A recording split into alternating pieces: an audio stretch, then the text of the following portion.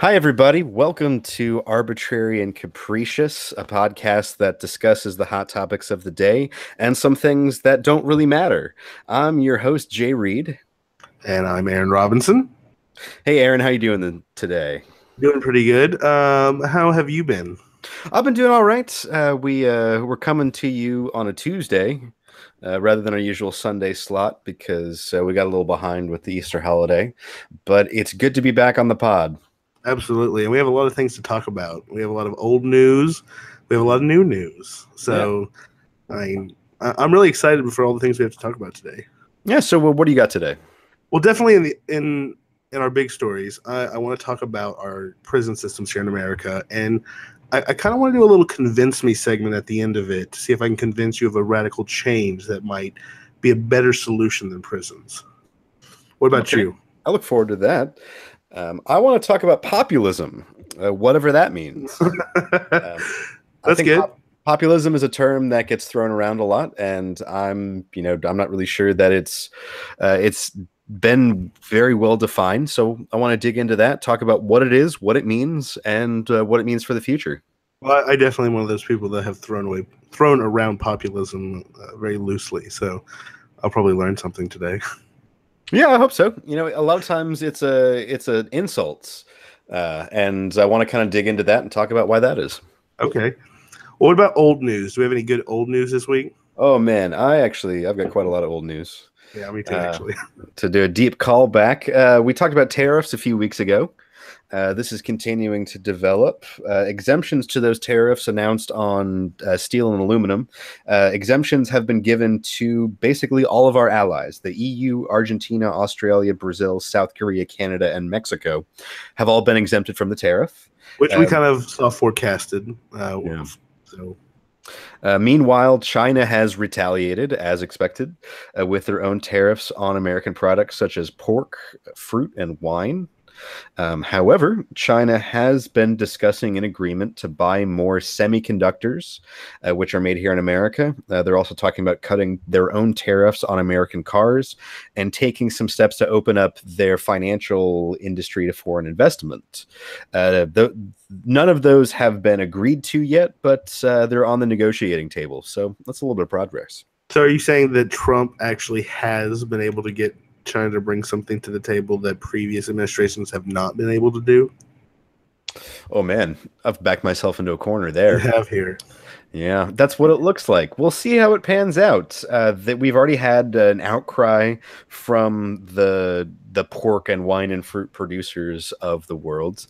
I think it's a little interesting that the European reaction to the tariffs was very precise and targeted at certain populations, while the Chinese they're a little bit more pragmatic. They're just like, all right, what do we buy the most of? Well, we're gonna put tariffs on that. Mm. And, this all started because Trump looked at our trade deficit to China and said, we need to change that. Well, look, they're going to buy less stuff from us. Well, actually, I mean, with the semiconductors, maybe that's one thing. But here's the thing. You said they put these options on the table to let people into the finances, or I guess let the world into their financial industry. They were going to allow outside foreign investment into the financial markets, which up until this point has not been allowed. Okay. Well, the question is, the benefit that they put on the table, is that worth the new tariffs that they're adding on? Oh, no, of course not. Okay. So honestly, it didn't really help us. That's kind of like giving us penance and, slap us across the face. Yeah, it's just it's starting a trade war, and that's not going to help anybody. Well, staying over on the Far East, we had a fantastic Kim Jong-un and the K-pop fanatics. Wasn't that crazy? Did you see any of the footage of them dancing and singing and No, Kim Jong-un that tapping exists? Yes, they have the whole concert footage, and it was the North Koreans that filmed it because apparently the North Koreans didn't allow the South Korean media to attend the concert. And the big news story wasn't that. It was that they apologized to him afterwards for not letting him come. Wow. Yeah, I thought that was interesting. But apparently Kim Jong-un said he was deeply moved by the K-pop. By the South Korean pop. Yeah. Hey, I have been moved myself by the power of K-pop. So you and me, Kim, or I'm sorry, I guess that's his last name. So you and me, I just, Jong-un. yeah, what? Yeah, I don't understand I don't know. that naming structure. But I will say this: I have to give credit to James Franco and Seth Rogen because in the interview they depicted Kim Jong Un as being a American Oh, pop fan, and he a was fan of obsessed with Katy Perry. yes fireworks. He was singing that Yes. riding in the tank. So the fact that he actually is a huge fan of K-pop, that to me says something about the ability of these writers That's to really, amazing. yeah, absolutely. I had not made that connection, and that's great. Because the guy who played Kim Jong Un in that movie, It's the dad from he's the dad from Fresh Off the Boat, yeah, Fresh Off and the I've been Boat. watching So that a lot funny. lately. He's so funny. Great actor. I wish I knew his name. I'm a little bit embarrassed right now, but great actor. But a funny thing about the Korean developments is Kim Jong-un made his first ever foreign visit, I think this week or last week, where he went and visited Beijing and met with Chinese Premier Xi Jinping. And did you hear President about for life, Xi Jinping. yeah, right. So did you hear about how it was kept secret? And Yeah, I was gonna say, wasn't this a secret train ride into yeah, China? exactly. They didn't actually admit to it until after Kim Jong-un had returned to North Korea. But there was speculation before the official announcement, particularly from the Japanese media, who had noticed that a particular type of train, which was not on any of the regular schedules, had pulled into Beijing. And at the same time, there were privacy screens put up at the stations to shield the view of who was getting on and off the trains. Then they were also closing Tiananmen Square, which they normally only do when there's the meetings at the highest level. So what I thought was funny was that this case was cracked by train spotters, by nerds who sit around and all they like to do is watch and catalog the trains that pass by. These are the people that broke the story to the world, and I think that's great. That is really great. I don't know. I would hope you would listen to music or do something while you're cataloging trains. It seems like it would be really monotonous and boring. Well, I've never done it, and I've actually never met anybody who has. But I imagine that what you do is you camp out like by a rail depot or by a rail station where there's going to be a constant stream of trains in and out. Like people who go to the airport to watch the planes come in and out, that's the same sort of thing. There are also people who love to, as a hobby, catalog the planes and the serial numbers of the planes that they've seen. Interesting. Well, to the mythical train catalogers of China, all journalists of the world salute you for cracking the story. Yeah, thanks for that. To take it to a different continent, back to South America. Last week we talked about the scandal in Peru where the president had to resign over links to a corrupt Brazilian construction firm, Odebrecht. Well, some more evidence has come to light linking Venezuelan President Nicolas Maduro, who pledged $4 billion in public works contracts to Odebrecht in exchange for $35 million contributed to his own presidential campaign. Hey, guess what? Most of the projects, such as metro lines in the capital, Caracas, were never finished. Go figure. Yeah. So this might become a regular segment of reasons to dislike Nicolas Maduro. Corruption in South America. Let's check on the corruption desk with Jay.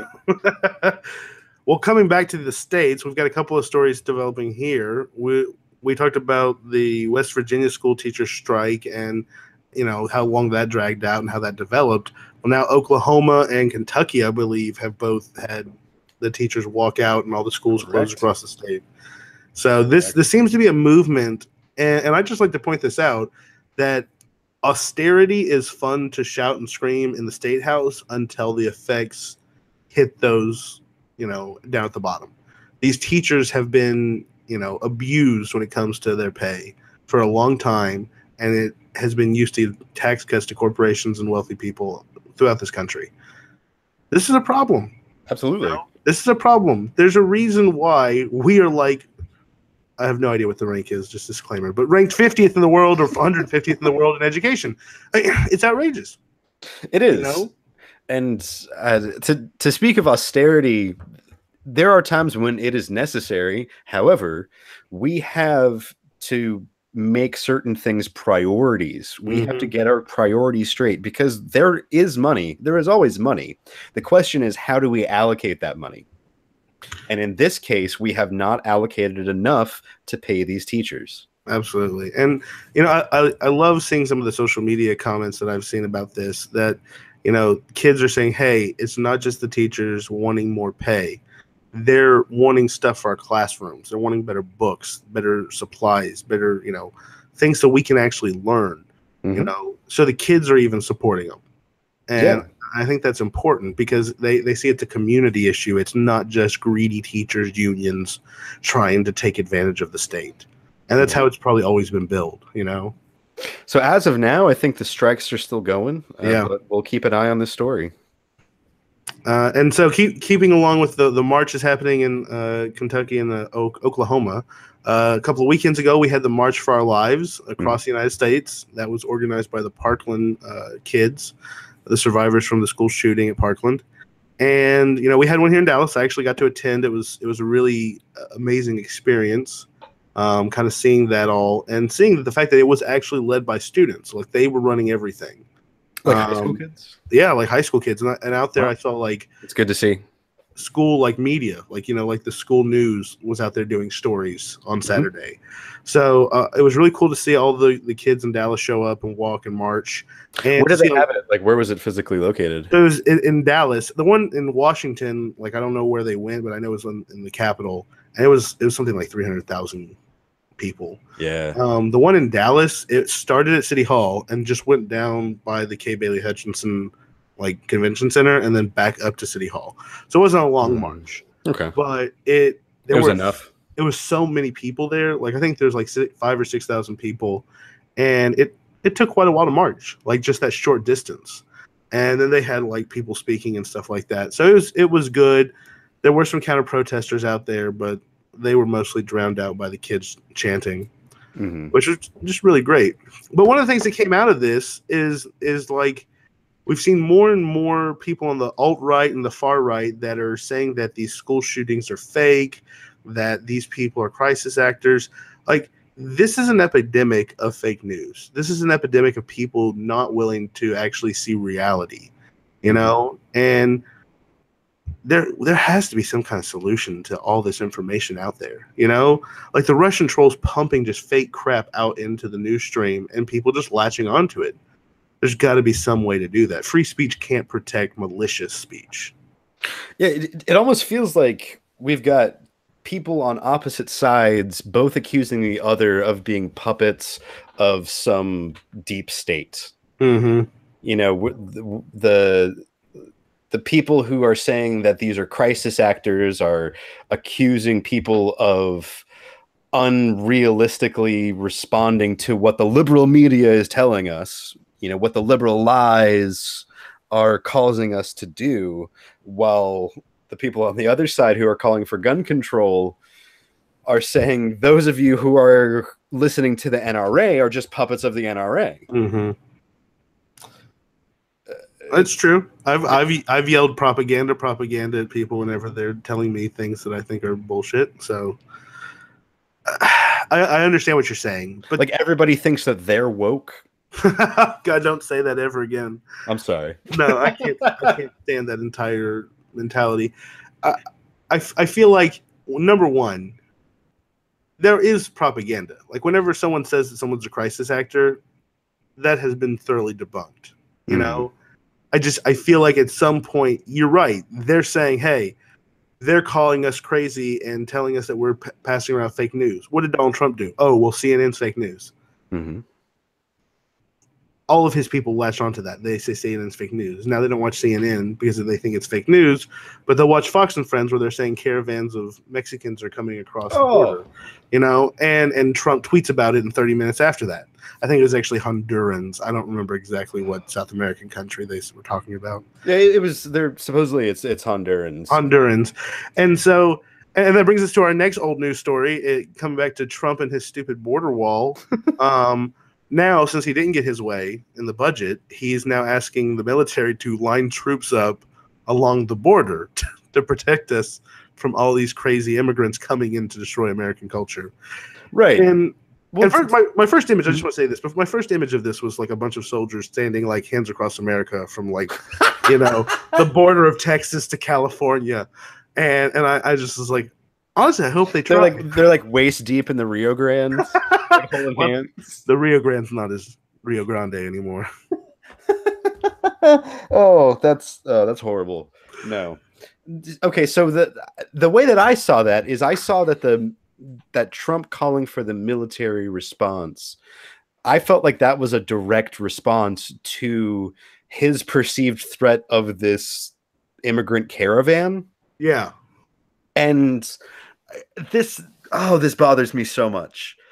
First of all, this supposed caravan of migrants is a group of whatever it is. It's about 1,000 people who are currently walking through the Mexican state of Oaxaca, which, if you look up on the map where Oaxaca it's very, is, very low down in the bottom, right? Right. It's like halfway down Mexico. Like I looked this up on Google, and if you were to walk from Oaxaca to Laredo, which is on the border with Texas, I know where Laredo is. It's going to take you 16 days nonstop.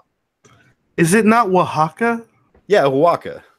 I feel like you're saying something a little different. Am I? Oh. Is there an O at the beginning? I know that it's Oaxaca. Oaxaca. Because the X is like a Hua. The Hua letter? Okay. That's the famous Hua sound. No, but so first things first, like these people, they're not an invading army. Like they're not in tanks. They're a bunch of people with the clothes on their backs, and the only things they have is what they're carrying. It's weird because it's not like the Christians have a story in the Bible where a bunch of people are walking across the desert. Saying. Right. No, this is ridiculous. It's fear mongering. They have to find some reason to try and legitimize this wall, and the reality is no one wants the wall except for the tiny base and the man with the tiny hands in the White House. So, but let's play this out to its logical conclusion in a sort of fanciful way. Let's say this caravan of migrants is actually successful in reaching the border. They come up to the border and are confronted by the United States military. And let's say they just keep walking. What does the military do? Are they supposed to shoot them? I mean, I'm reminded of the 1960s confrontations with the protesters and the military, and they did shoot those kids. Kent State? Yeah, Kent State. Yeah, right? I'm reminded of what happened in Gaza this very week, because this happened, and the Israelis shot back, and they killed, I think, 18 people? Was this about the African immigrants coming to Israel? No. This is just Gazans have a yearly sort of protest day for the fact that they're living under a police state and in a massive concentration camp. And they organized a protest where they were going to kind of line up along the border and protest. And the Israelis said they started throwing rocks and encroaching on the border fence. So they fired back and killed in the double digits. That is a powder keg over there. Yeah. When I went to Israel, we didn't get to go near Gaza. We went to the West Bank, and I don't think you want to go near Gaza. Obviously, no, we don't. But that's the one thing. Like Gaza and the West Bank and East Jerusalem, they're all very, very different situations. Mm-hmm. We drove through the West Bank, and it was nice. I mean, it was a little. There was some like trash and stuff, but honestly, I didn't feel like I was in danger. There were security checkpoints and stuff, but it wasn't that bad. It wasn't like you see Gaza on the news all the time. Mm-hmm. East Jerusalem was very nice. The Muslim areas were fine. Didn't really feel in danger. But they're not under embargo like Gaza is. That's true. But Gaza is also where they elected Hamas instead of the Palestinian Authority, and Hamas is a terrorist organization. So this is a really, really ridiculously complex issue. But having an open air prison in the middle of your country, or actually on the border of your country, not a great thing. Now, Same time, Egypt has been blockading Gaza for a long ass time. I think ever since the Muslim Brotherhood fell, right? I mean, the Gaza also borders Egypt, and as far as I know, Egypt is just sort of their. I don't mean to say Israel's stooge, but they're their ally. That's Israel true. blockades it, so Egypt blockades it. Well, no, I remember back at some point in time in history that border was open, and the Palestinians were coming back and forth across, and then the Egyptians got pissed at the Palestinians, and they shut down the border. Oh, I don't know how long ago that happened. Yeah, maybe we'll pick that up in old business next week. Absolutely, we'll look it up. Well, anyways, let's move on. So, what is your story this week? I want to talk about populism. Okay. I want to kind of delve into what that is, what it means, because there has been a populist wave, not just here in America, but across Europe as well. It's now these waves. Mm-hmm. These waves are conservative populism, right? Oh, there's all kinds of populism. There's leftist populism. There's right-wing populism. It has many different faces, and it has a lot of characteristics that it keeps in common. But before we get into that, I actually just I want to pick your brain and say, when I say populism, what does it make you think of? The two things that make me think of, number one, who was it? Hugo Chavez. They always shout populism and socialism whenever they say his name. And then let's see here. Honestly, I've called Trump a populist, if I'm being honest with myself. Oh yeah. So like I called Obama a populist. Really? Because I saw populism as meaning pandering to the people, whatever that meant. Okay, so whatever was popular, you just did it, regardless of what you believed in or stood for. Because at the time when Obama was getting elected, part of his big selling point was Obamacare. He was going to reform healthcare, and he was going to give people what they wanted. And at the time, I saw that as socialism. I saw that as giving, making rich people pay for poor people's healthcare, and just giving those people the healthcare that they needed in return for their votes. I don't want to defend those opinions at all right now. That's fine. That's what I thought at the time, but that's not really what populism means. Populism is a little bit more specific. Do you have a Black Law Dictionary level definition of populism to offer? I'm glad you ask. I have a definition before we all go to sleep from Jan Werner Müller of Princeton University. He sets a definition of populism as this. Oh shit, where's my notes? Sorry, everybody. Basically, what populism is an argument that divides the society into groups. Primarily what we have the pure people against the corrupt elite.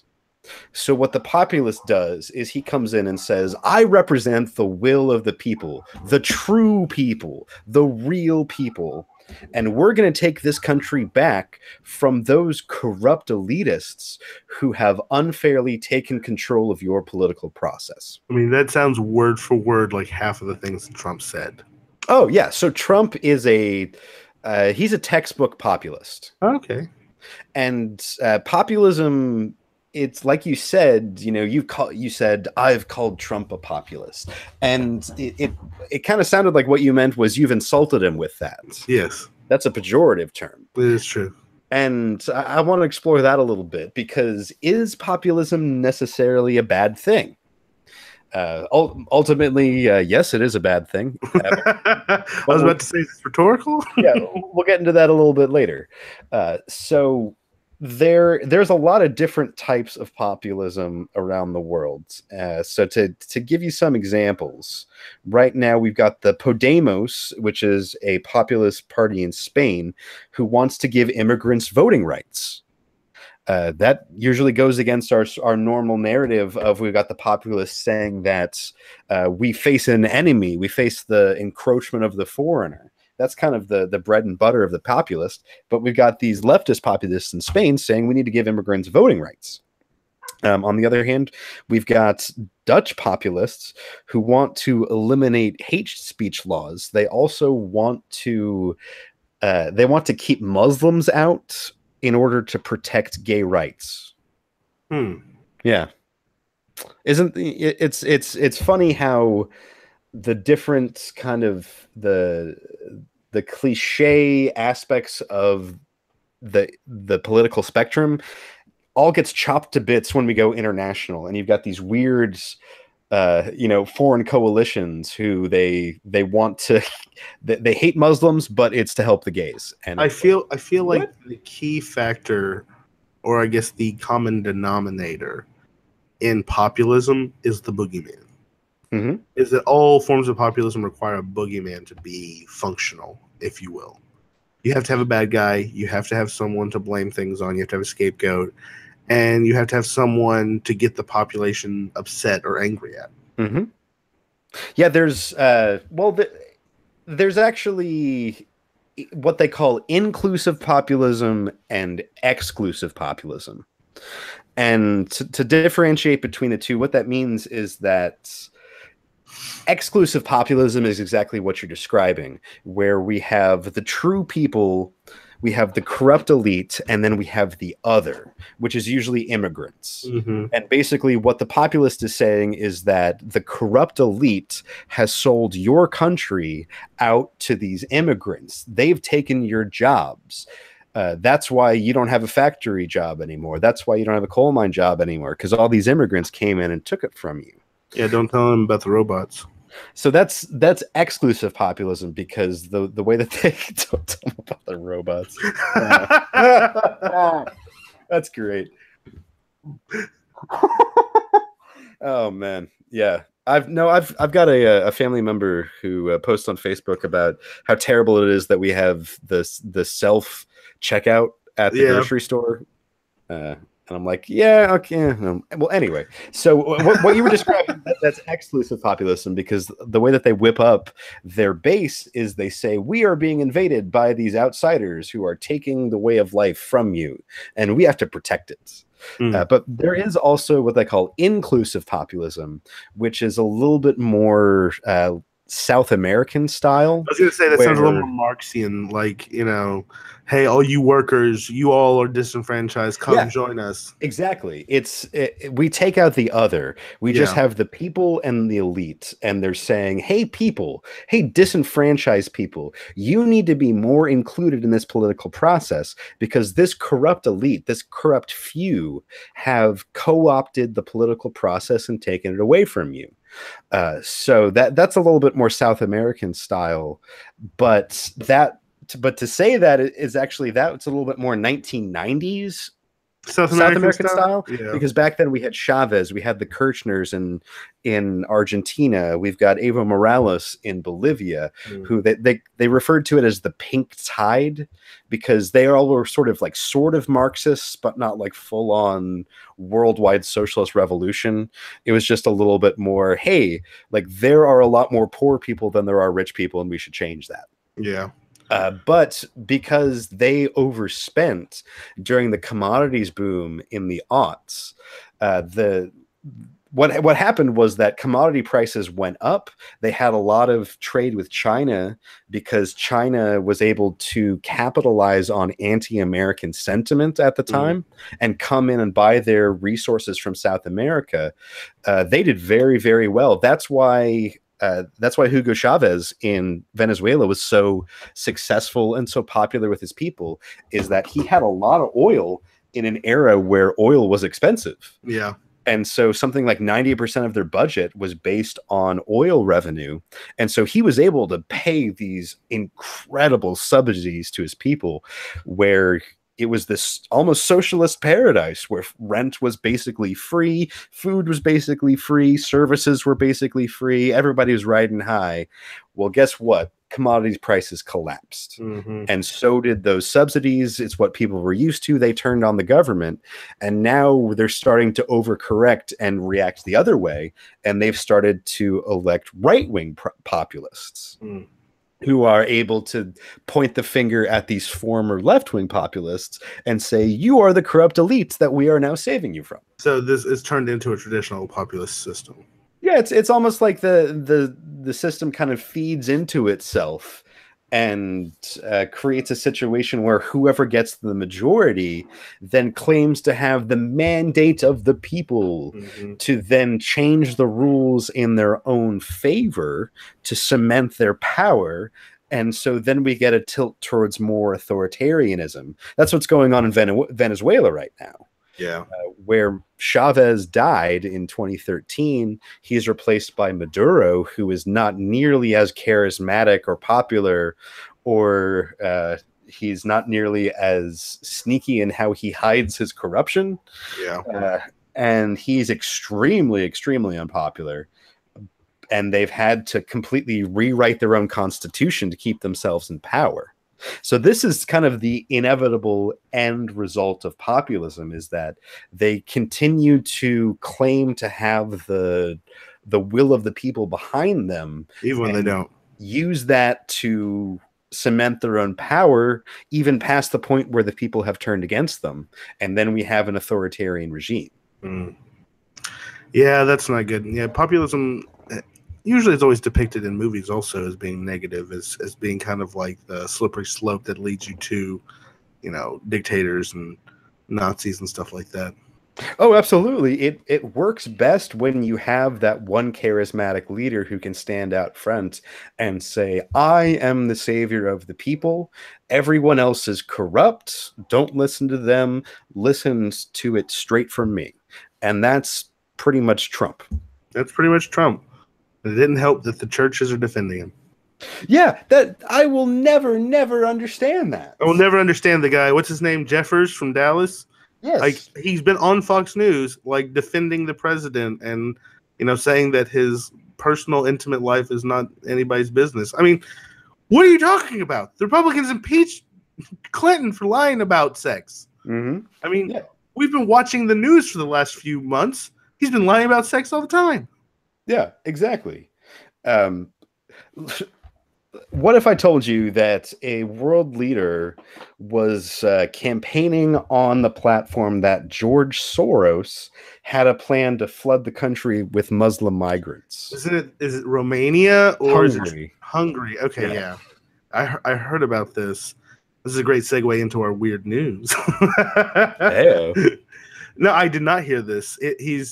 Why is it George Soros? Why is he the liberal boogeyman?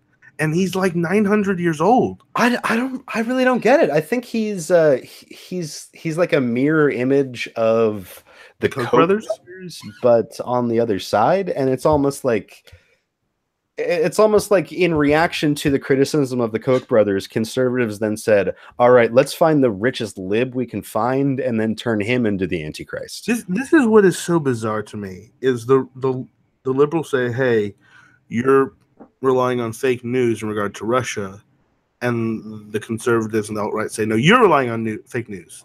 And then it just feels like a mirror. It feels like we're just it's like projection. Whatever we accuse them of doing, they accuse us of doing. And it's just a crazy merry-go-round. Yeah, this week I was reading about the situation in Northern Ireland right now with Brexit, because that's going to affect the border with Ireland and sort of the peace process there. And that might be a topic for another day. But there was a quote in it from somebody who was basically a disenchanted voter who was saying that basically none of the candidates are any good, and you just end up sort of like it's a pissing contest. And what the guy said was, if they put up their asshole, well, then we're going to put up our asshole. And I kind of felt like that was the story of the 2016 election, where the Democrats were like, we're going to ram Hillary Clinton down this country's throat. And the Republicans were like, oh, yeah, like, you want somebody unlikable? Well, here we go. It's the worst reality television ever created. Yeah. And it's our politics. Entertainment news. And I'm not talking about E. I'm talking about Fox and MSN and all those guys. It's entertainment. This commentary entertainment. That's all that people listen to. Hmm. You know, they don't. I know we're commenting and stuff, but go read the Associated Press. Go look up articles. Go look up things. You know, do some research. You know, don't just spout off ridiculous talking points that you hear on the internet one Hmm. time. Anything we say, look it up. I mean, Well, I'm just saying. I think what is necessary for populism to grow is a distrust of the current process, a distrust of the current system. Because if you have a people who are invested in their own political process, they are invested in their own government, and they believe that it works for them well, they are not going to be seduced by this message of a corrupt elite taking over the process if they believe that they actually have a voice. I mean, just saying, Australia requires everyone to vote. They have like 99 or 95% turnout. And if you don't Well, vote, you get like a fine. no, yeah, that's one way to go, but I think it's more important. I, I guess what I feel like is that just because a person votes doesn't mean that that person Understands. feels like that their vote matters. That's I true. voted, and I hate to say it, but it didn't matter. It didn't make any difference. I don't mean to discourage anyone from voting, because I think voting is one of the most important things a person can do.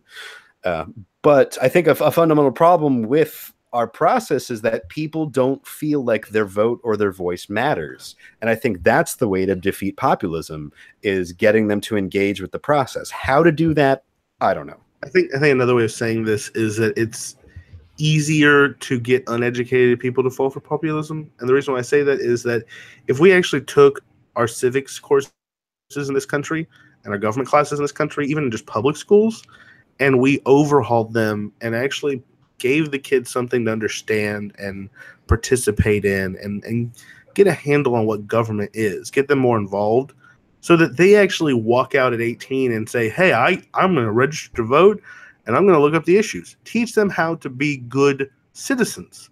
That Mm-hmm. should be something that we strive for, you know? Like Absolutely. that's civics. What happened? I don't remember taking civics. We took government up until a point, and it just kind of like dropped off. Yeah, I Like, had one semester of government where we basically went executive, judicial, legislative bureaucracy. yeah, That's the government, that's the y'all. government, y'all. Oh, by the way, here's the preamble of the Constitution. Memorize it because that's important. Yeah, right? Like what is that supposed to teach Why anybody? are we memorizing the preamble of the Constitution? Like, why not the amendments? That's something that Can people actually use daily. can you still recite the preamble? Oh, we the people, in order to form a perfect union established. No, I can't. Yeah, you got farther than I would have. There was a song, and I feel like if I started humming it, I'd get a couple more words, but Hmm. also I don't want to sing the song. So, That's fair enough. Fair enough. but Uh, so, anyways, is this a good time to transition to weird news? yeah, absolutely. Okay. And maybe I've just got coffee on the brain. I really wanted a cup of coffee before we started the podcast, and that just didn't work out. But in California, of course, crazy West Coast liberal, California, we have a ruling handed down by a superior court judge that Californian coffee is cancerous. So I can't even get through this. All coffee? All coffee. Now, so Starbucks Corp and other coffee sellers must now place a cancer warning on coffee sold in California because a Los Angeles judge has ruled, possibly exposing the companies to millions of dollars in fines. So basically, there is this chemical that is created as a byproduct in roasting coffee, and it's called, and I do not quote me on this because I'm terrible pronouncing these ridiculous science words, acrylamide, and it apparently has carcinogens or has some cancer-causing effects or can. Mm-hmm. And essentially, a nonprofit sued all the coffee makers in California in Superior Court, saying, "Hey, this causes cancer." And let's see here. Yeah. A little-known not-for-profit group sued 90 coffee retailers, including Starbucks, on the grounds that they were violating a California law requiring companies to warn consumers of chemicals in their products that could cause cancer. And so Starbucks and all the coffee companies failed to present any evidence that arachnamide doesn't cause cancer. And so the judge ruled that they have to put these labels on there. So now they have to put labels on their cups saying that the coffee might cause cancer. Well, I think probably what they'll do, if they even have to put these on, because it says they have until April 10th to appeal the decision. Mm-hmm. And I think they probably will. If not, the National Coffee Association will probably appeal on their behalf. And I think what they would probably do is say, warning may contain acrylamide, which is, known to maybe cause cancer or something like that. Try and get it away from the coffee itself. But I mean, apparently right now they have to do it or they'll get fined by the court. See, I would call myself overall someone who is anti-regulation. And I would think that this is a stupid this is an example of a stupid regulation. However, in general, some regulations are important, and I think this is the kind of story that people seize on when they try to get rid of necessary regulations. Like, well, do we really need this? Well, I want to say this because as an attorney, and you being an attorney, you know that if the lawyer screws up and doesn't get the right evidence on file or doesn't prove it up properly, then you don't have evidence. Oh, and this what was happened here says that Starbucks and other companies failed to show that there was no significant risk of carcinogens produced in the coffee roasting process. So they failed to show that this doesn't cause cancer. So you're saying this is more like the story of like the bum who sues Walmart and then Walmart doesn't even show up and he gets a default judgment. A default judgment. Now, okay, gotcha. That's why I said that it's going to be appealed. You know, they have time. I think it's only a superior court judge who's making the decision. But still, I think it's funny because this is why you actually have to pay attention to this stuff. You know, you can't just blow things off because this little nonprofit was able to get all the coffee companies to essentially scramble around trying to figure out what they're going to do. Now, I think one of the best things that was said about this was someone from the National Coffee Association said that a cancer warning label on a coffee would be misleading. The U.S. government's own dietary guidelines state that coffee can be a part of a healthy lifestyle. So, I mean, maybe the FDA should weigh in on this. You know, and also, why wouldn't the FDA trump if FDA is saying that something is safe to consume? Why wouldn't that trump California supremacy clause? I don't know. Well, let me ask you this: do you know if the compound that they're objecting to actually does cause cancer? I do not know. It just says that a chemical.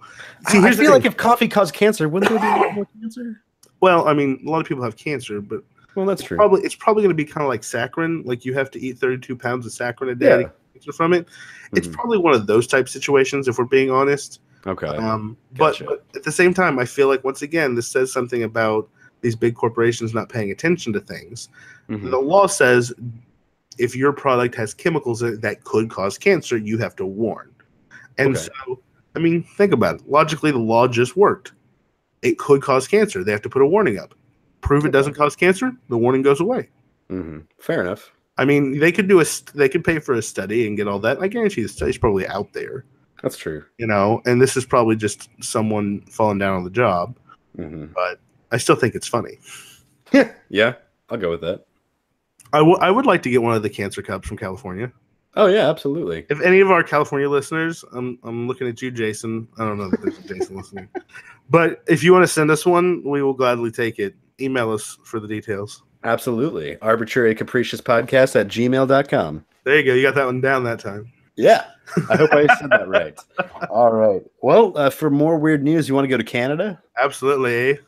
So this story dates back to the year 2001, in fact. A Canadian man had been banned from a hotel for 17 years after he essentially destroyed a hotel room there, and he was finally granted a pardon this week. So what happened to the hotel room? Was it a Rockstar destruction? No, actually, funny story. It's actually something that, like, if you told me that this was a cold open to a sitcom, then I would completely believe you. Okay. So, this guy, he's a Canadian man from Nova Scotia. I'm not sure if he's from Sunnyvale Trailer Park or not. Oi. But he goes to visit some friends of his in British Columbia out on the West Coast. And he brings with him a particular salami, which apparently is a Nova Scotia delicacy, to share with his friends. But the salami needs to be chilled. It needs to be chilled. This is what I'm not. Is his name Ricky LaFleur? Is his name Ricky LaFleur? Is this one of the Trailer Park Boys? Did this really happen? This really happened. And now that you mention it, it might have been. I'm just saying, you said salami. That's pretty close to pepperoni. Yeah. Well, it's about to get more ridiculous. Okay. So he needs to chill the salami, but there's no refrigerator in his hotel room. And it's a brisk April day in British Columbia in the Pacific Northwest. So he opens the window and lays out the salami on the windowsill to allow it to cool. Next, he goes on a walk for what he described to be 4 or 5 hours. And he returns from the walk to a hotel room full of seagulls who are just tearing apart the salami. And I don't know if you've ever spooked birds before, but it's not pretty. Yeah. Are they crap everywhere? Birds in a confined space who can only escape through a cracked window. And so the birds are shitting and their feathers are going everywhere and there's bits of salami flying everywhere and they're ripping apart the curtains, the lamps are falling, everything's breaking. The guy manages to open the rest of the windows in the hotel room to allow the birds easier access to escape. Most of them leave, but there's still a couple of stragglers, one of which he throws his shoe at.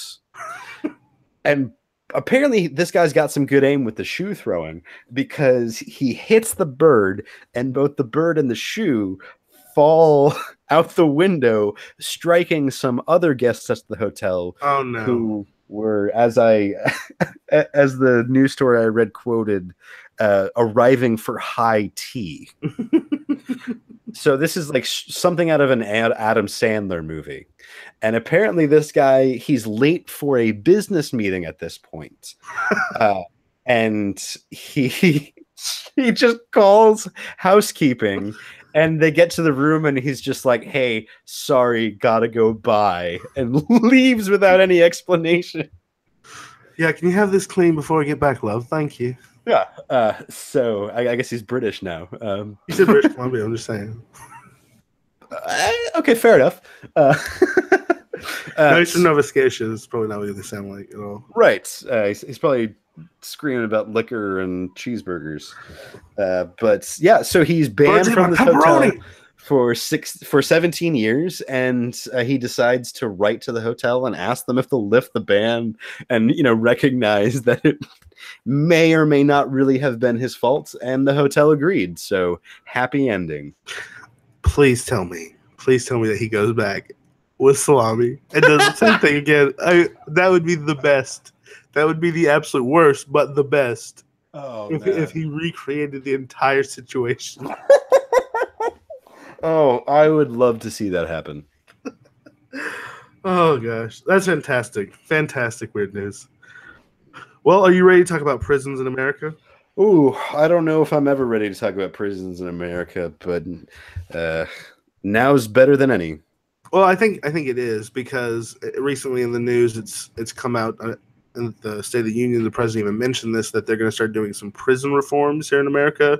Mm-hmm. And I think that's mostly focusing on, giving more education classes and stuff like that in the prisons. Not so much changing the criminal justice system and the sentencing. But that's because Jared Kushner is pushing that, as his father was in prison. So that's kind of why the president is talking about it. So it got me. Jared Kushner's father was in prison? Yeah, I believe. Okay. I believe in the. I don't know when it was, but at some point, maybe in the late 90s, early 2000s, he got in trouble with some campaign finance laws. There was also some maybe blackmail, and he ended up going to prison. And that's the point that Jared kind of took over the family business after college, while his dad's still in prison. So was it like Martha Stewart prison? It was federal, since it's a violation of the federal election laws. Gotcha. So it probably wasn't like the Dallas jail. Right.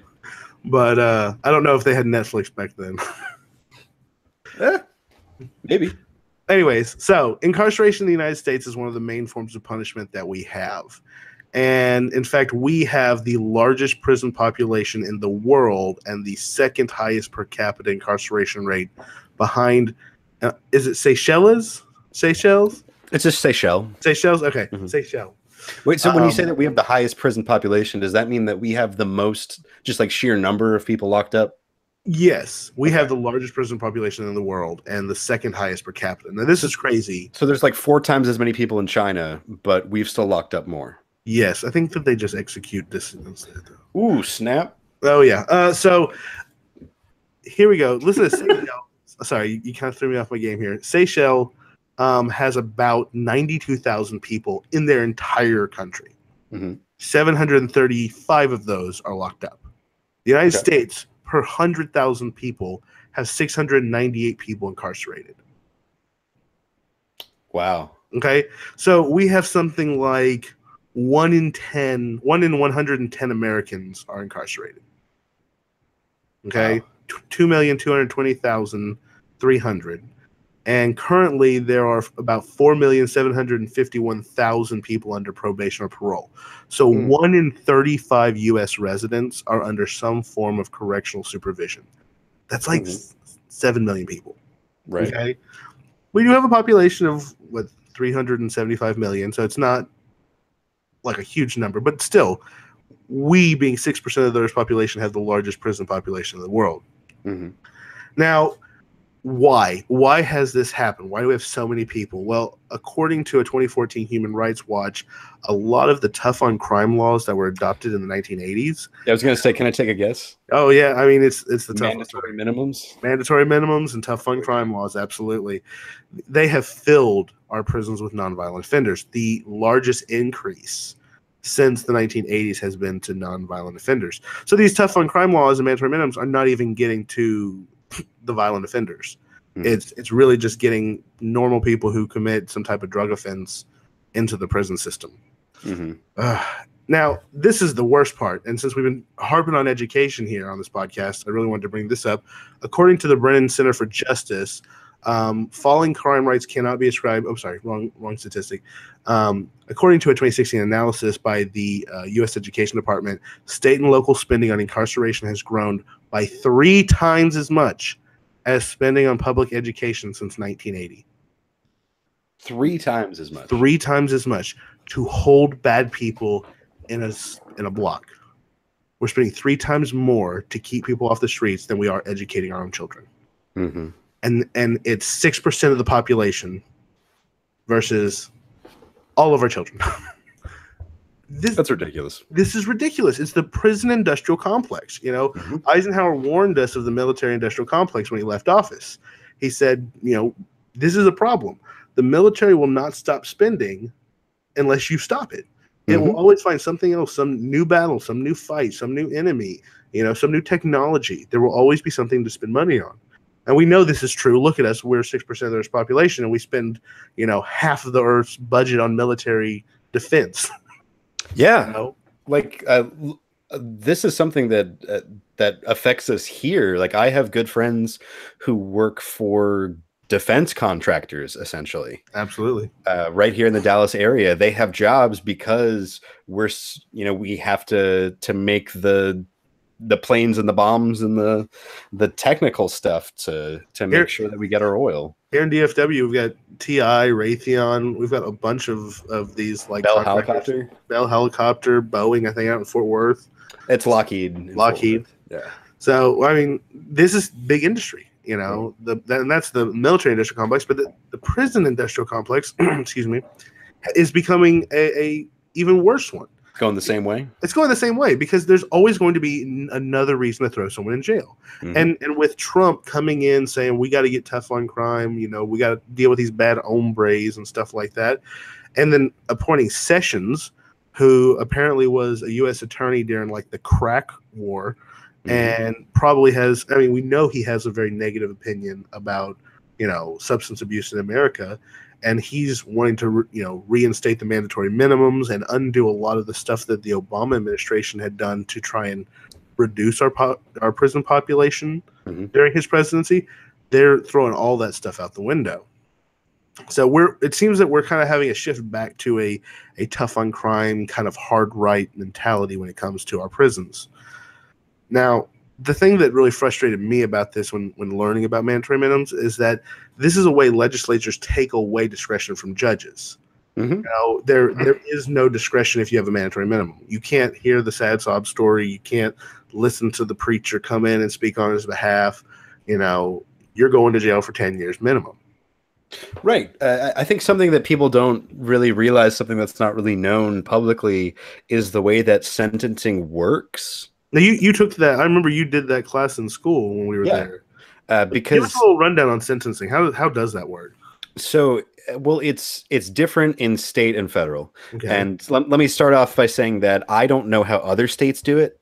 But in Texas, we're very loosey goosey. It's very much left up to whoever the fact finder is, either the jury or the judge. So in Texas, basically, we have a range for each crime, and it can be as large as 5 to 99, and it's left up to the jury to decide what is appropriate.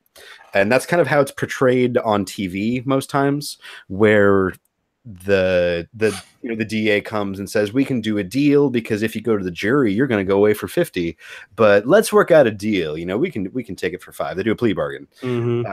Now in federal court it's completely different. It's very formulaic, where there is a point system and certain offenses are worth a certain amount of points, and that correlates to a certain amount of prison time. And then there can be enhancements to the crimes. Basically, this crime is particularly bad for reasons. You killed a lot of people while you were robbing that bank. You're robbing a bank. Oh, you also have a gun, so that's an enhancement. Right. You did it because you hate Jews and you thought Jews owned that bank. So now it's a hate crime Mm. and you get extra points.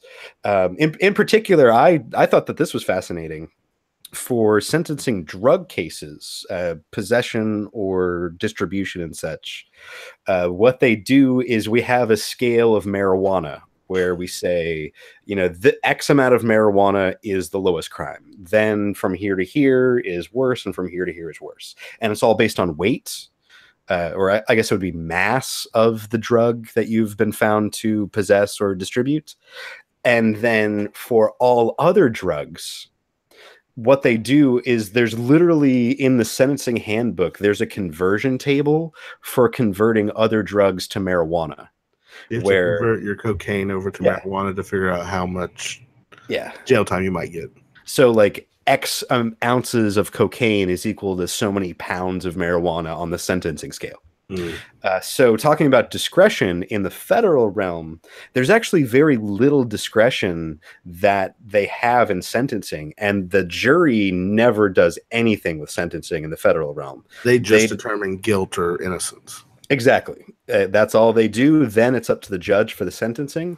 And for the sentencing, it's kind of a formula. It does eventually give the judge a range to pick from, but rather than being 5 to 99, it's more like 25 to 35.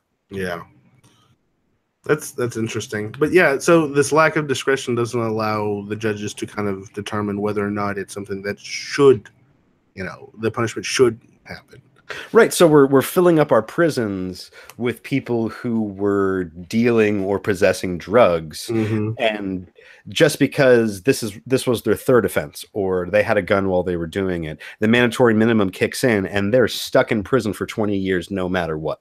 Absolutely, and this is the thing is that, and this is the statistic I started to read earlier, is that the how did I lose it? Oh, there it is. The Brennan Center for Justice said that falling crime rates cannot be ascribed to mass incarceration. When people go in and they're nonviolent offenders and they now have to survive for 10 years in prison, they come out and they are more likely to commit a crime. Hmm. They had to survive in a very hostile environment, depending on what level of prison that they were in.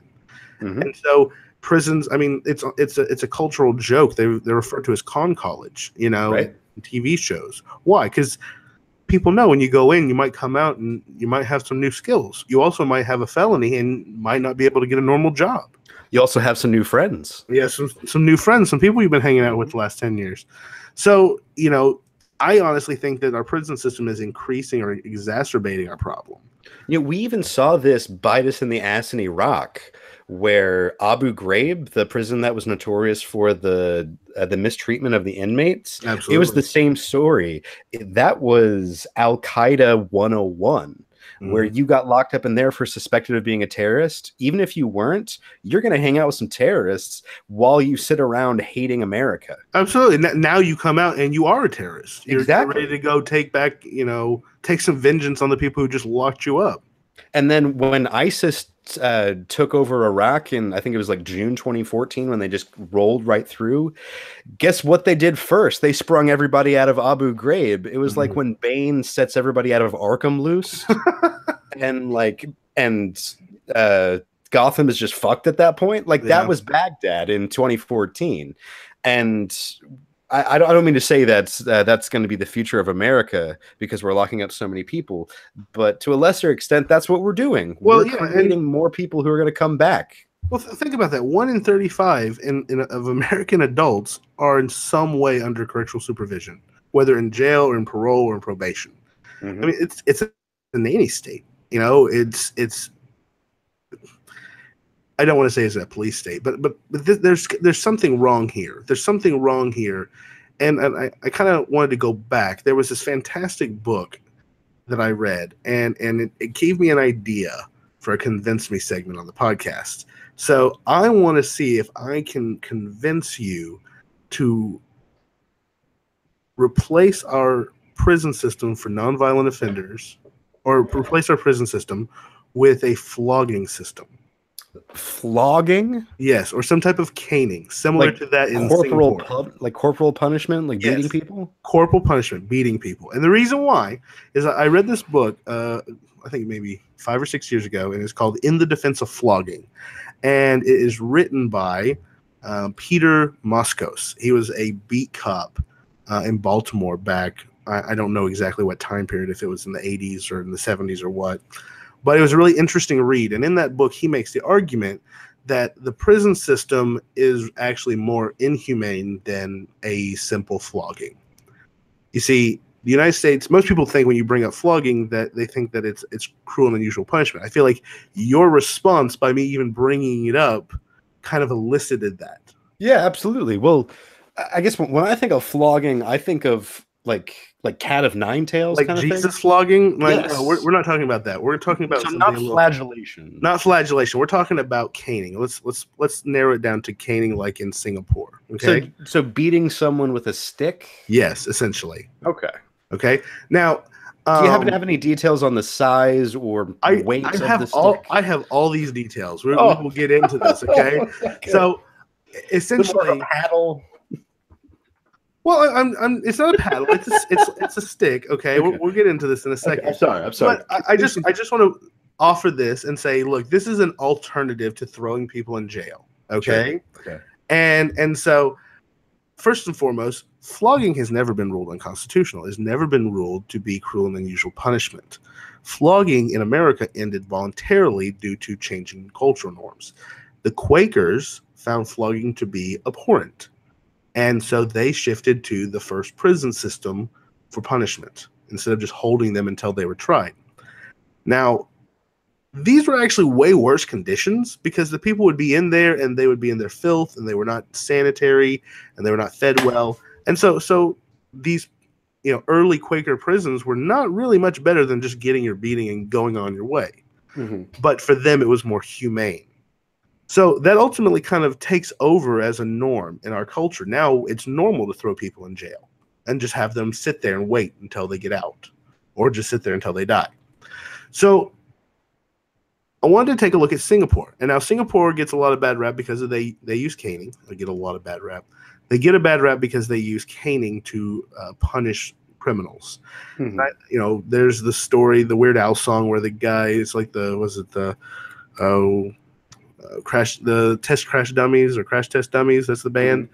It's a song where the guy goes to Singapore and he gets beat with a cane for spray painting. Mhm. This is something people know that Singapore does, right? Yeah, that's like when you say Singapore, that's the one thing people know. Okay. Well, just a couple of statistics. We are ranked 55th. Let's see here. No, sorry. We are ranked 30th on highest crime in the world. Singapore is ranked number 92. Okay. Their murder rate is 0.38. Ours is 5. Wait, so to say that we're 30th, meaning we've like 30th worst crime rate, and they're 90th worst? No, best. Opposite. Best. Sorry. So Singapore has more crime than us? Less crime. Less crime. Like, does that not make sense? Like, we have more crime, so we're like the 30th down from the top of the worst places for crime. Gotcha. Okay. They're 90th. Gotcha. Okay. I'm going to think 150 countries. Wait, so we're 30th worst in crime? Yeah, there's like 160 countries better than us at crime? Yeah. Damn. What is wrong with us? I mean, are we just prosecuting people too much? I don't know if it's that or if we have a lot of laws or what, but essentially they have got their crime rates to drop significantly. If you look at some of the statistics, like the number of police officers, I think that they have like 64 times less police officers than we have per capita. Oh, geez.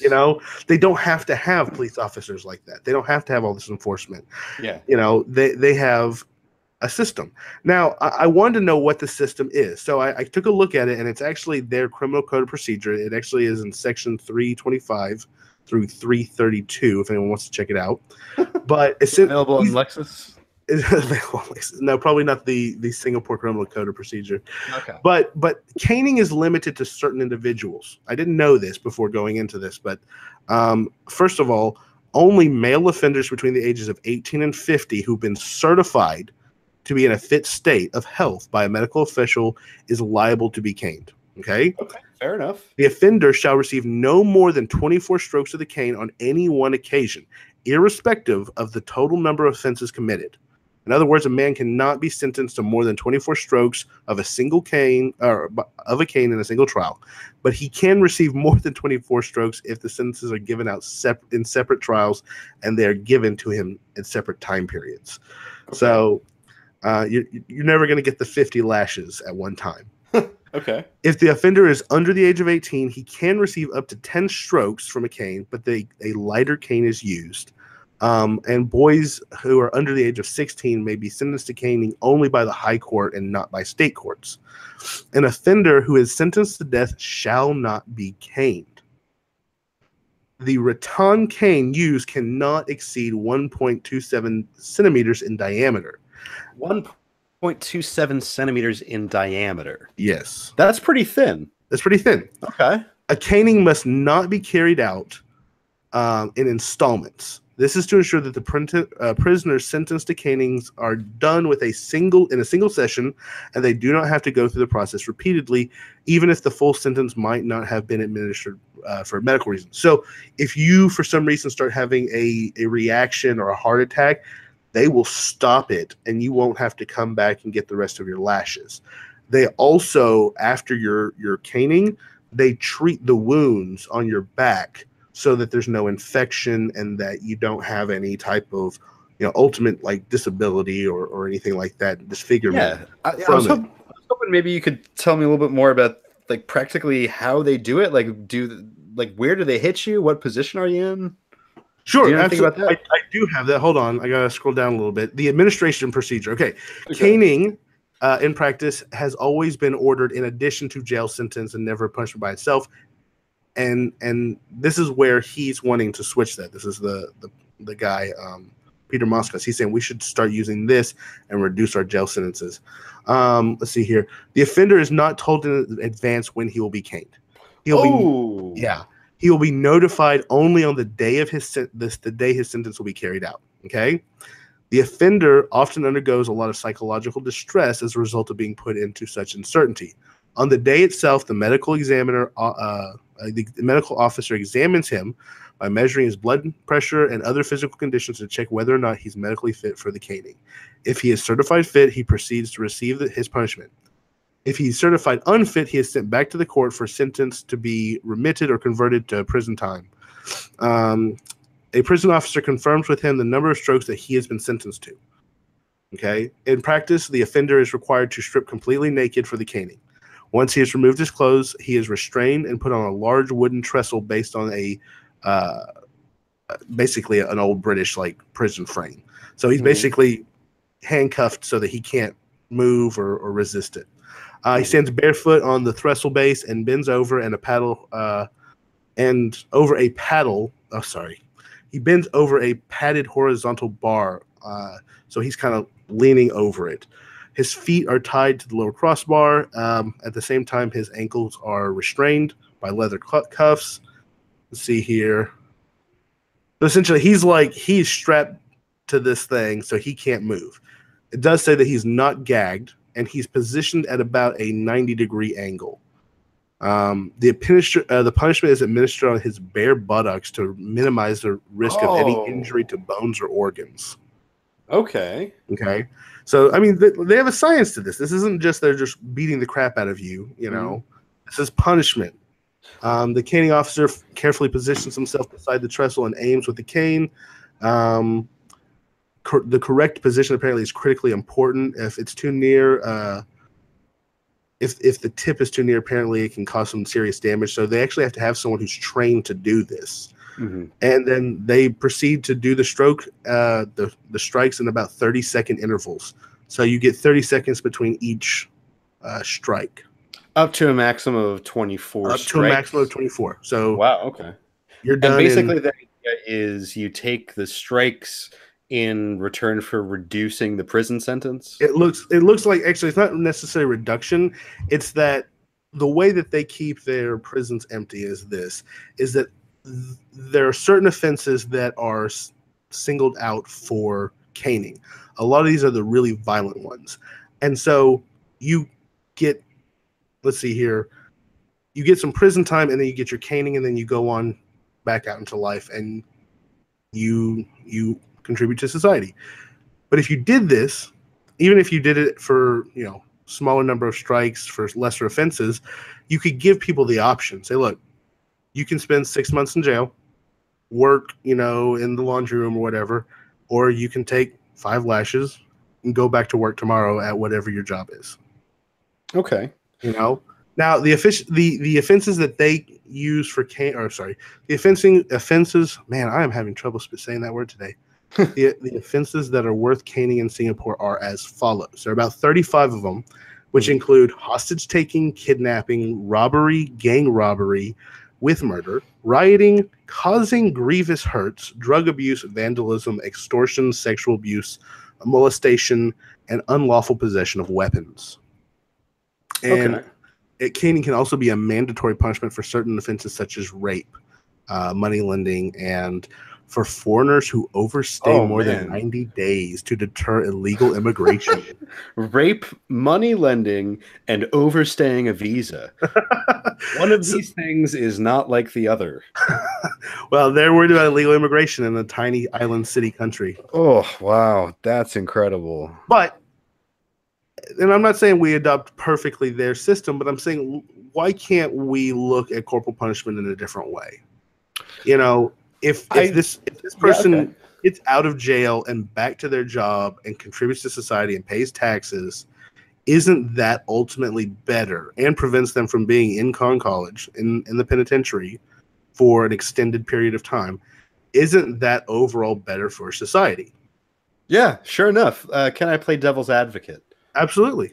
So something that was in the news this week was, I think his name is Ethan Couch. I might have that wrong. The affluenza teen. Yes. A kid from Fort Worth who drove his luxury car into a crowd of people while drunk and killed a couple of them. Yes. He was initially sentenced to just probation, partially because his lawyers argued that he didn't know any better, that he had lived a privileged life. No one had ever told him no, and therefore he didn't know that this was so bad. Well, anyway, so he violated his probation, actually did have to go to jail, spent about 2 years in prison. Now he's out. And just because he's out, there has been an uproar of why is this kid out? Why isn't he in jail for longer? I saw one person on Facebook today say, remember his face, which I think the implication there was, remember who this guy is so that his entire life we can hold against him what happened. Mm-hmm. No, So I mean, I think when you suggest reducing prison sentences, there's an inevitable backlash of people saying, well, what about these rapists? Don't they need to rot in jail? well, and this is what I was going to kind of propose, is keep the prisons for the worst of the worst. The serial killers, the rapists, the people who are an actual imminent danger to society. Mm-hmm. Okay? Put them away. But these people who commit ridiculous small level crimes, we have to have something better than just storing them. Mm-hmm. And honestly, if you give people the option, if it's optional, if it's, hey, you can go to jail for 6 months, you can get 4 lashes. You can get 4 canings. I don't know how you would say that. 4 strikes. Yeah, there you go. You get 4 strikes. I think there are going to be a lot of people who say, you know what? I'm going to take my strikes and move on. It's going to eliminate appeals. It's going to eliminate, people sitting in jails. It's going to eliminate issues with recidivism. I'm just saying there's something here that we could at least look at, because the prison industrial complex is not going to stop growing. And in the Trump era and Session era, it seems like we're going to get tougher on crime and we're going to find more reasons to lock people up. I think that ultimately harms our society as a whole. Do you happen to know if this tougher on crime bent that we're on, is it supported at all by any kind of facts? Is there data to show that crime is increasing? Because my understanding was that crime was decreasing. During the Obama administration, at least, there was some decreases in crime rates. And I know that we had a decrease in incarceration rates. I think in 2014 or 2016, I can't remember exactly. I think it's 2014. We actually had, for the first time since 1996, our prison population go down a year. And so I don't know that there is anything. I think that it gets back to your populism. It gets back to issue 1, that Trump needs the boogeyman. Trump needs the scary immigrants. Trump needs the, liberal elite. He needs this in order to stay in power. It's fear. It's fear mongering, and we can do better. We can do better. Now, I'm not saying, hey, we should go beat everybody. I'm offering a voluntary system to try and get people back on the streets. Now, people say, well, if they get back on the streets, they can just trade my 10 lashes for every time I rob a bank or rob a convenience store. Mm-hmm. You would obviously have to have some type of, system to prevent people from doing that, from abusing it. Sure. Well, earlier you started selling this by pointing out how Singapore's crime rate was vastly lower than ours. I think as a counter argument, I think I might point to countries like other developed East Asian nations such as Taiwan, South Korea, Japan, because I could be wrong, but I believe that their crime rates are also equally low, but they don't have the same caning procedure. Oh, this is interesting. What do? Do they just incarcerate people? This is to bring in our weekly segment, Jay talks out of his ass. My understanding was that, particularly with Japan and Korea, there is such a culture of conformity that people are so afraid of the shame of committing a crime that they just don't in the first place. But see, that's really not something that we can use here in America, because the entire foundation of our country is individual liberty, individualism, the pull yourself up by your bootstraps mentality. We don't have a collectivist mindset here in this country at all. Mm-hmm.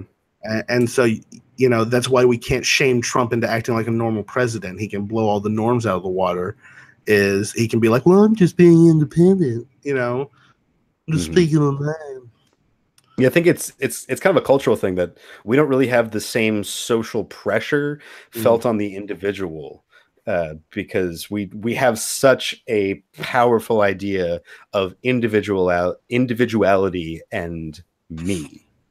I mean, but it's a good point. I mean, I'm not saying that corporal punishment is always the answer, Yeah. but something has to be done, and just like we've seen with the gun lobbies and with the bank lobbies and the insurance lobbies, there are prison lobbies out there, and they're Hmm. paying our politicians to pass laws to benefit the prisons. Hmm.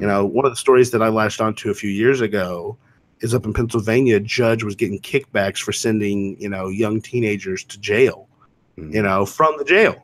And the judge got in trouble, but then I kept asking the question, why isn't the prison getting in trouble? Why are these people given the bribes Hmm. getting in trouble? We don't hear about that. Yeah. Why are we charging people to go to jail? I think, and this is an old statistic. What? Why are we charging people to go to jail? Yeah. Do they have to pay? They have to pay for their jail time. Well, people have to pay fines and fees Well, that's true. That's and true. court costs. That's true. Well, I didn't know if like they also got a bill from the penitentiary at the end of their stay. I don't actually know. It wouldn't surprise me. They have private prisons. Yeah. Gosh. But I guess to sum up, when you initially, when you preface this and you said, Well, I want to bring back flogging, my initial reaction was like, no, hell no. What are you talking about? But now that you've kind of described it to me, I'm open to the concepts. well, that's what I said when I read the book. Is I saw the cover and I was like, "This is one of those ridiculous books that says something outrageous to get you to read it, and then at the end of it, they're like, we were just saying that to get your attention. Here's the real spiel." Mhm. And at the end of the day, no, he was like, "No, we should start flogging people," And he made a good argument for it. And Mhm. he says the most important thing about Singapore was the fact that they understood you have to take care of the patient afterwards. You can't just leave them in the cell with their wounds to fester and infect. Mhm. If you want this to be something to correct behavior, you have to actually use it as a correcting tool, not just as vengeance. Mhm. Yeah, I think that's really the difference in what I thought it was going to be and what it turns out to be. Yeah, no, and I imagine it being kind of more like, I mean, it's still there's going to be some psychological terror, Mhm. the fact that you don't know when it's going to happen. But Oh honestly, yeah, think about that. this: you rob a bank, you get your 24 lashes, you get out, and every time you walk into the bank, don't you think you're gonna like touch your back and just be like, "Ooh, Yeah, a little bit. not again"? A little bit. Yeah, I could I see know that. when I was a kid, I definitely got a few spankings, and for me, that I learned a little bit to stop doing those things. Right. And earlier when I asked you about the dimensions of the cane, and you said Yes. it was a centimeter or so, and I said, oh, that's not that's pretty thin. I kind of want to walk that back because thinking back to my own whoopings, Yeah. the thinner the switch, the more it's gonna hurt, the more it's gonna sting. I'm going to give a shout out to my mother here because growing up, she had us pick our own switch, Yeah. which for those people who don't know what a switch is, it's basically just a limb off of a tree Hmm. that they just kind of like swat across your calf muscles or That's an be. old school power move of Yeah. allowing you to select your own I switch. know it's psychological. Like you Yeah. go out there and you're like, okay, I'm going to get the small one because it won't hurt as bad. Nope, that's not how it works. Well, I'll get the big one with all the leaves. No, that just Nope. turns into a big Yep. battle. Yeah. Mhm. Oh yeah. Wow. Kudos, Aaron's mom. I'm a strong-willed individual. She didn't do that, I'd probably be a lot worse off. Oh yeah, definitely. I got beat with a spoon. I got beat. It was before we knew that you weren't supposed to do that. Oh man. Well, I think, and I know that we have this conversation. This is a separate issue. I know we have this conversation in this country about whether or not corporal punishment for children is appropriate. And there's a lot of different opinions on it. But I think what's unique here is giving the offender the option. Hmm. Allowing their free will to play a part in it. And I think by doing that, we will start to see people. Number one, I think recidivism is going to go down, like way down. I think people are going to be less likely to recommit crimes after their punishment. If it's voluntary, then I think that we could definitely have a pilot program somewhere with this, and like Exactly. get some data on how many people actually elect to go through with this, and then what happens to them. I'd be very interested to see. That would be an amazing like social program to see if they could do that and prove the concept. Say, take like one California city or something like that, or one county, and then just let it run its course and see what happens. What about that crazy Arizona sheriff that Trump keeps having to pardon? I think he's running for Senate. I mean, he's still the sheriff, right? I don't think I'm not sure that he is. I think that's why he's running for Senate now, or was. Well, there's got to be another crazy sheriff. There's probably one in like Milwaukee. I don't want a crazy sheriff because they're going to abuse the system and they're going to be beating these people and they're not going to follow procedure. I want it done by someone who's going to be legit and say, look, this is your choice. You choose. Do you want to go to jail for 6 months or do you want to get, 10 swats? So you want it to be like a San Francisco beating, not like an Alabama beating. Yeah. Fair. Wait, explain that to me.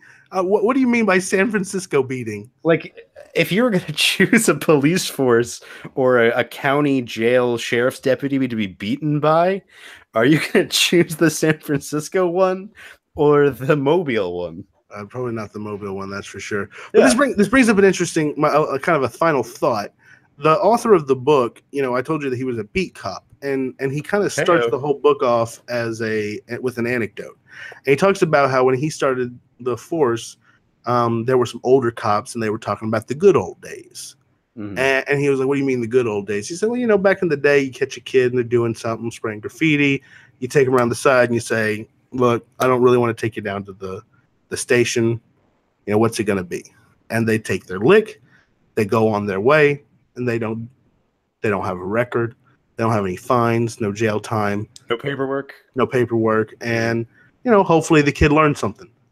And he's like, and that always was an interesting thought to me, is what he said. Is that now today, if some kid gets busted doing something, then it could be on their permanent record. They could have to go to some type of juvenile facility. It could affect their entire life. Mm-hmm. And maybe just getting them back out on the streets and giving them something to think about is a better or more effective way of dealing with this. And so that's kind of the premise of his whole book. Yeah, I think that's an interesting topic to bring up, but I don't think that we need to go that way. I don't think so either. But I think that's the whole this whole last couple of years with Ferguson and the police violence. I completely agree. I don't want the cops doing it. I want it to be some type of correctional facility, and it's a trained person. I don't see that's the difference here. I don't want the cops giving you a lick. That's a little too vigilante. Absolutely. But that was kind of the anecdote that led him to start thinking about this and exploring alternatives to prison. Right. And we got to do something. I mean, at the end of the day, I feel exacerbated by this because, like, for the last 10 years, I've been complaining about prisons, and it feels like it's only getting worse. Mm-hmm. I think you're absolutely right. Well, anyways, hopefully we can do something about this, and hopefully our populist president won't increase our prison population over the next couple of years. I'm really hoping it's not more than just a couple of years. Well, I mean, what we want is small government, and by that we mean more prisons. We want the government out of our lives, except for with regard to that one. That life over there. Yeah. Serious. So, well, anyways, that is the end of my segment. So before we go, did you check the mailbag? Yeah, let's check the mailbag. Listeners, if you want to ask us an arbitrary and capricious question, let us know. Let us know what your questions are. Yeah, absolutely. And I think Jay actually called out the email earlier, but it's arbitrarycapriciouspodcast@gmail.com. Mm-hmm. And we have a Twitter at arbcappodcast. Is it pod? or Yeah, it's podcast? the Twitter handle is at ArbCapPodcasts. Podcast. You can also, if you're discussing the show, you can use the hashtag ArbCapPod. You can also find me individually on Twitter at jsuesponte. And if you do tweet him, uh, like ask him a tough question. Let's get some tough questions out there, ladies and gentlemen. Most definitely. So let's check for any tough questions that we've got today. All right, looks like we've got one tough question. This is coming from, who is this from here? This is from Fraser from Boston, Fraser from Boston, excellent. and he asks, what is the first presidential election that you remember? Oh, Like, what is the first one that you remember as a child? I remember very vividly coming into the junior high in Wiley after President Bush had won the election the first time. So 2000? Yeah. Like Bush Gore? Yeah, Bush Gore. I remember him winning the first election, and I remember coming and sitting down, and me being a young, very hardcore liberal individual, being super pissed, and a bunch of my friends making fun of me because my candidate had lost. And so I remember that election pretty vividly. The Trump, or not Trump, sorry, the Gore, what was his, Lieberman. I remember the Gore Lieberman and Swift oh my gosh, boats. Swift boats and Cheney and Bush and oh my gosh, and that's the election that probably stands out to the most in my childhood. I don't really remember Clinton election at all. Mm-hmm. I've seen some video. Apparently, him playing the sax and stuff like that. It was a really cool time in the '90s to run for president. Mm-hmm. So, but what about you? What's the first one you remember? Like you, the first one that I really vividly remember would be the 2000 election, partially because W was from Texas. He was our governor. And at the time, that's really as far as it went for me, was he's from Texas. I like him. I remember my family, we actually tried to go to a Bush rally that was held down at SMU, but we got there too late and the rally was already full. We didn't even get in. Oh, wow. But I do remember a little bit of the 96 election, which was Clinton Dole. Yeah. And really, all I remember is that as a kid, I had this kind of fascination with Clinton just because he was the president. He's the president, therefore I like him. And I remember I had these like awful 90s sweatshirts and t-shirts that were like branded for the inauguration, where it said like 1996 President of the United States Bill Clinton, yada yada. And only recently did I start to wonder if like a family member sent that to us to troll us. Because your family was conservative.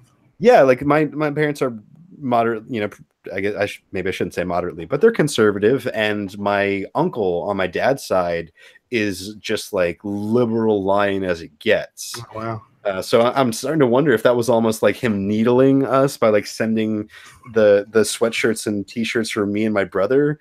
That's funny. I also remember that after the election happened, I don't really remember any of the run-up or what any of the issues were, because I was too young. And I remember my mom confiding in me that she had voted for Bob Dole, and I was flabbergasted because the only thing I knew was that Bill Clinton was cool and Bob Dole was a crotchety old man. Mm-hmm.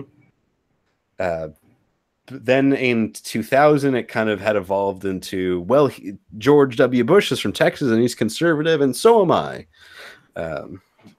Growing up, my family talked politics like nonstop at the dinner table. It was like the things you're not supposed to talk about. That's all they talked about: politics, religion. Mother-in-law was across the table. So, wow. Yeah, that was like my childhood. So, like when I got to like the election cycle in 2000, I was like amped. Like Clinton was president. We had a Democrat. Here's another chance for Democrat. I didn't really know necessarily what the platforms were. I just knew that we were Democrats, and I was just like all gung ho about it. And then he lost, and it was miserable. Oh yeah, I can absolutely understand that. It's Gosh, very tribal. it is. It is. I really, I don't think it will happen, but I really hope our party system changes in this country. Oh yeah, absolutely. I honestly don't think it will, though, and I know that people will disagree with me, but the Democrats and the Republicans, they gobble up every single small faction that ever appears in some form or fashion. Hmm. It's how it's maintained this structure. And by doing that, it's not like they're gobbling up moderate factions. They're No, gobbling up the extremes. absolutely they So are. they're just moving in opposite directions, which Absolutely. is what I'm hoping is going to create a vacuum in the center, which will allow for a viable third option, the arbitrary and capricious party. Arbitrary and Capricious Party. Is that any worse than Bull Moose? No. Well, let's hope so, and let's hope all our viewers at home decide to be moderates, because apparently Facebook thinks I am.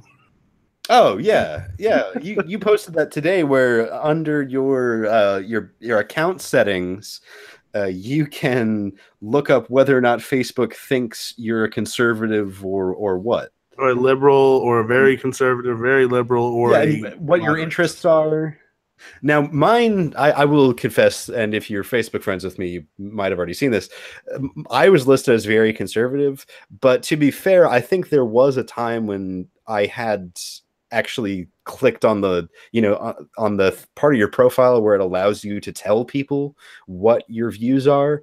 I think there was a Uh, time when I had clicked very conservative because that's something that I wanted the world to see of me, which I can't explain. But I would not check that box today.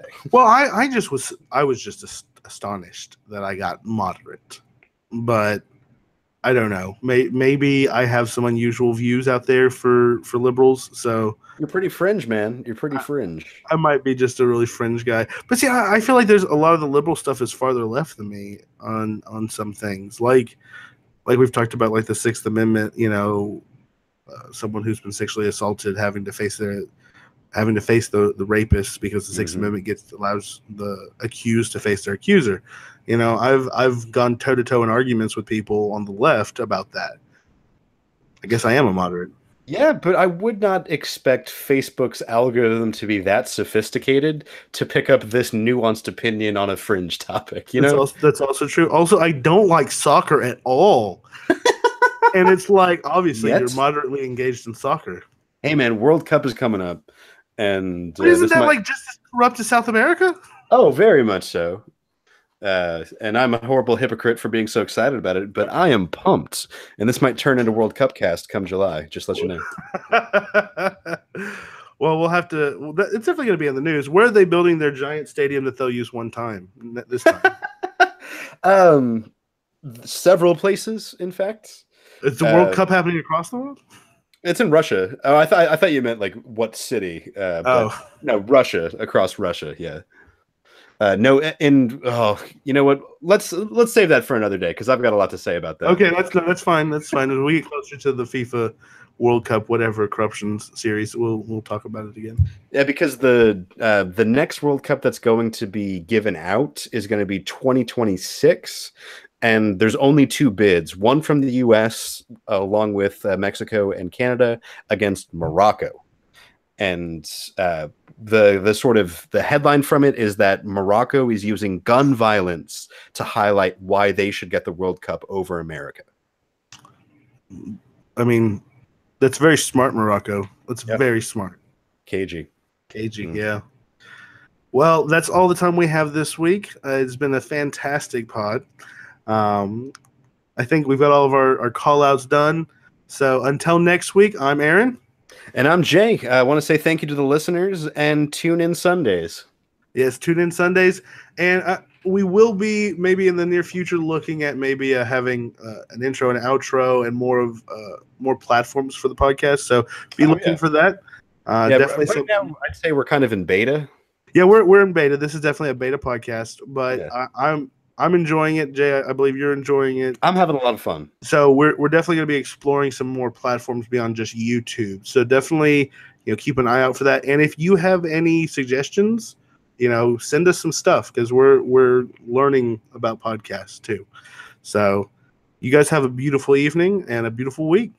Take it easy. We'll see you Sunday.